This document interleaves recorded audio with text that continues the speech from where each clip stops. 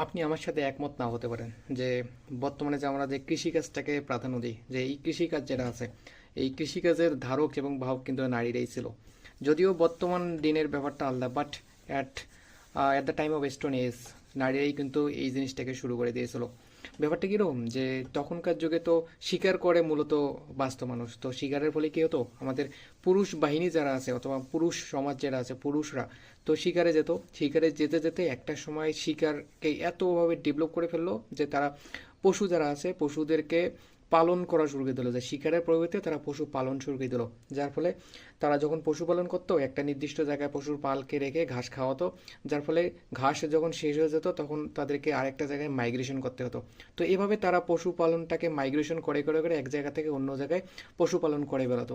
But অপরদিকে আমাদের যে নারীরা আছে, তো নারীরা সাধারণত একটু এক জায়গা থেকে আরেক জায়গায় মাইগ্রেশন করাটা হ্যাজার্ডাস বা একটু আনকমফোর্ট ফিল করে। বিশেষ করে মহিলা যারা প্রেগনেন্ট বা মহিলা থাকে তাদের ক্ষেত্রে এই জিনিসটা একটু আনকমফোর্ট। তো অ্যাট দ্যাট টাইম সেই সময় কী হতো, তো নারীরা একটা নির্দিষ্ট জায়গায় দীর্ঘদিন ধরে থাকতে হতো যাদের মাইগ্রেশনের ঝামেলাটা এড়ানোর জন্য। যার ফলে তারা কি নিখুঁতভাবে এই যে উদ্ভিদের বেড়ে ওঠা, আমাদের শস্যের বেড়ে ওঠা, এগুলি কীভাবে বেড়ে উঠতেছে এই সম্পর্কে বিস্তর জ্ঞান বেড়ে গেল। যার ফলে এই যে চাষাবাদ যে আছে, চাষাবাদের বিষয়ে তাদের জ্ঞানটা বেড়ে গেল। যার ফলে তারা চাষাবাদ শুরু করে দিল। অর্থাৎ একটা সময় দেখলো যে একটু শস্যকে ছিটিয়ে দিলে এখান থেকে হিউজ পরিমাণে শস্য পাচ্ছে।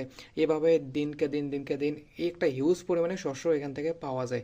যার ফলে এই চিন্তাটা প্রথম নারীদের কাছ থেকে এসেছে যে এই চাষাবাদের মাধ্যমে আমরা কিছু একটা করতে পারি বা আমাদের খাদ্যের যোগান পেতে পারি। তো আপনি বিশ্বাস না করলেও কি আর করলেও কি, চাষাবাদ কিন্তু নারীরাই শুরু করেছিল। So don't under estimate the power of woman in the field of agriculture.